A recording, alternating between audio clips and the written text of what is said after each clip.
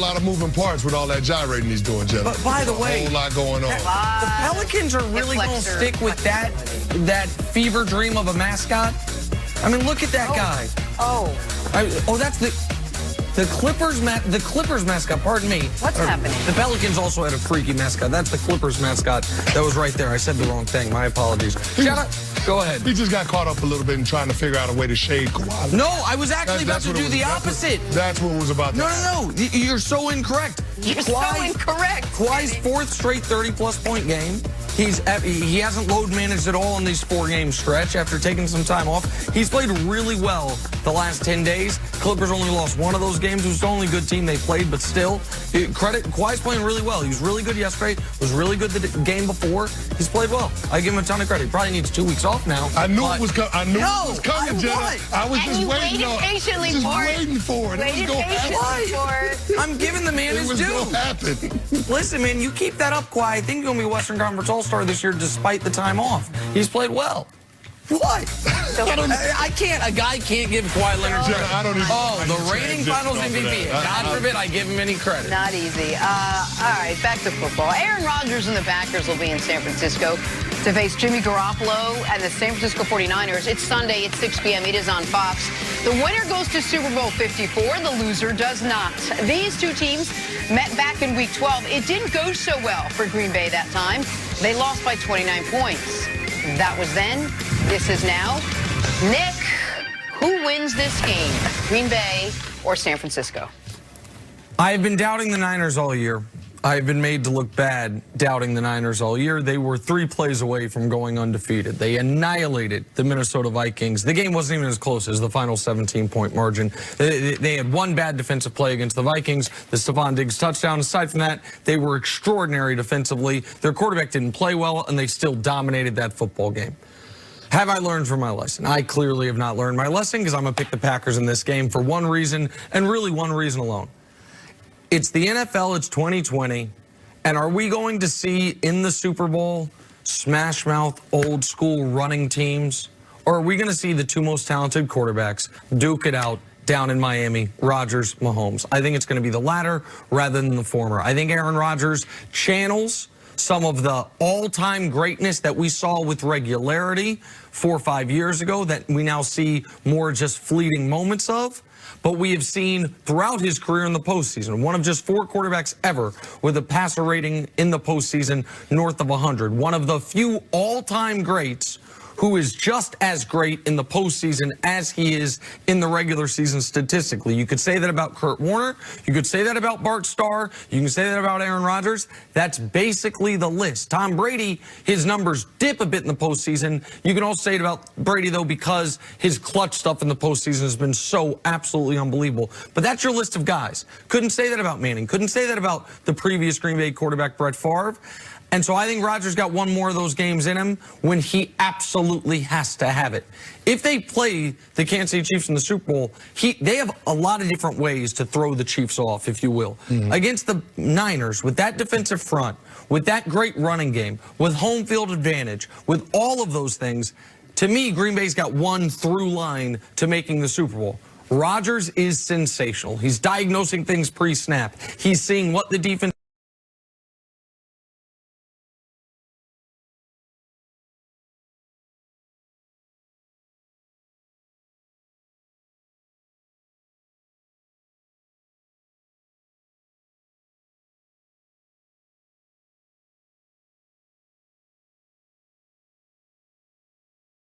maybe some similar reasons as you. Yeah, I'm right there on that corner with you in the Green Bay Packers. I mean, we picked the Packers to represent the NFC in the Super Bowl before the season. Without even talking to each other, we picked the same Super Bowl matchup. We picked the same Super Bowl matchup. There's no reason to go back on that now. But in looking at this Packers team, of course, Aaron Rodgers has to be special because I do believe the 49ers have the better roster top to bottom when you look at the talent. But when you start talking about the difference makers, Aaron Rodgers clearly is a difference maker. And the way that he played against the Seattle Seahawks, albeit not gaudy numbers, he made some really special throws. The slot fade to Davante Adams, that was a big-time throw. There was a throw in the third quarter up the seam to Jimmy Graham to convert on a third down. Another special throw where he dropped it in between K.J. Wright and Quandre Diggs. If he can continue to make throws like that, then I think he gives his team a chance. Now, you're right in terms of other receivers having to step up, because during the regular season, Davante Adams had 83 receptions. Their next closest receiver was Allen Lazard with 35. So in the playoffs, if you're going to have success and you're going to make it to the big game, it's going to take some unsung heroes being able to step up. And I'm looking at the receiver core, guys other than Davante Adams, as having to have a huge imprint on how this game goes. Defensively, the Packers are going to have to be disruptive.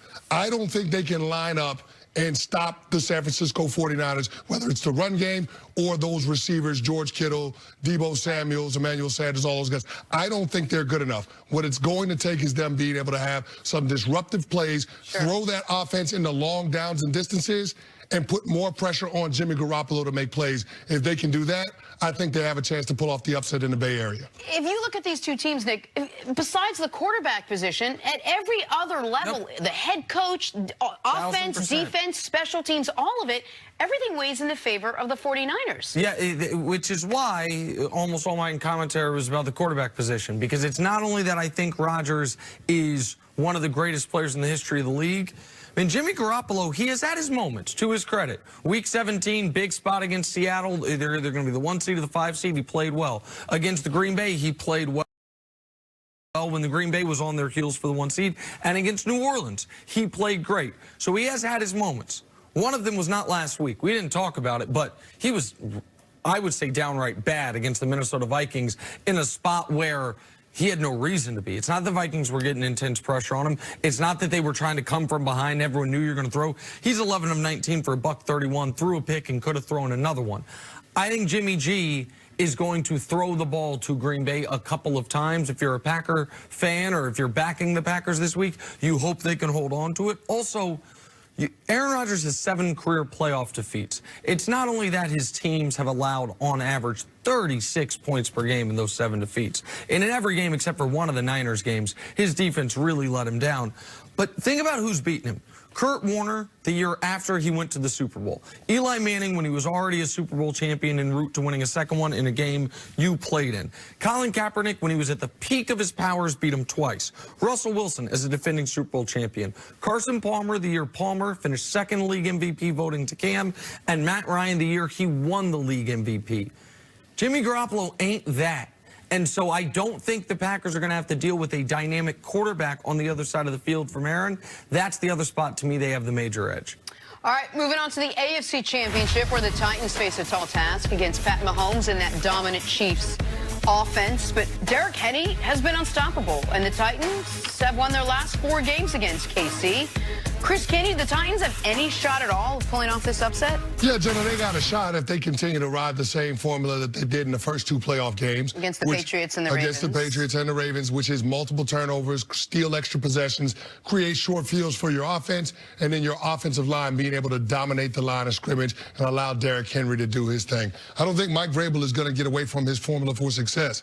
Anytime Derrick Henry rushes for over 100 yards, they win. They're 8-0. So I think they're going to continue to do more of the same, what we've seen them do the last 3 games, the regular season finale to punch their ticket to the postseason, and then, of course, their 2 playoff wins on the road, which is feed Derrick Henry, allow him to control the complexion of the game, and then, of course, have your defense be opportunistic. Now, it's a different challenge, the offense that you're going up against, compared to the one that you faced the first couple of weeks. Because this Baltimore Ravens outfit, we knew that they were a run-first team, and there were big questions about whether Lamar Jackson could throw you back in a game if you got down early.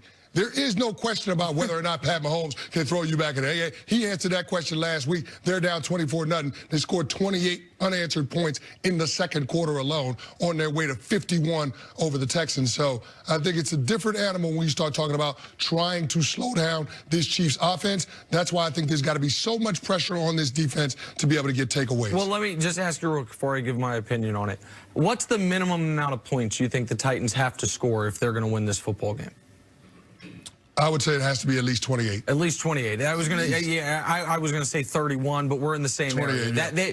Even if the Titans do all the things you're talking about, you're not holding the Chiefs to 14. You're going to have to score. So in addition to Derrick Henry, Ryan Tannehill, who played extraordinarily this season, right?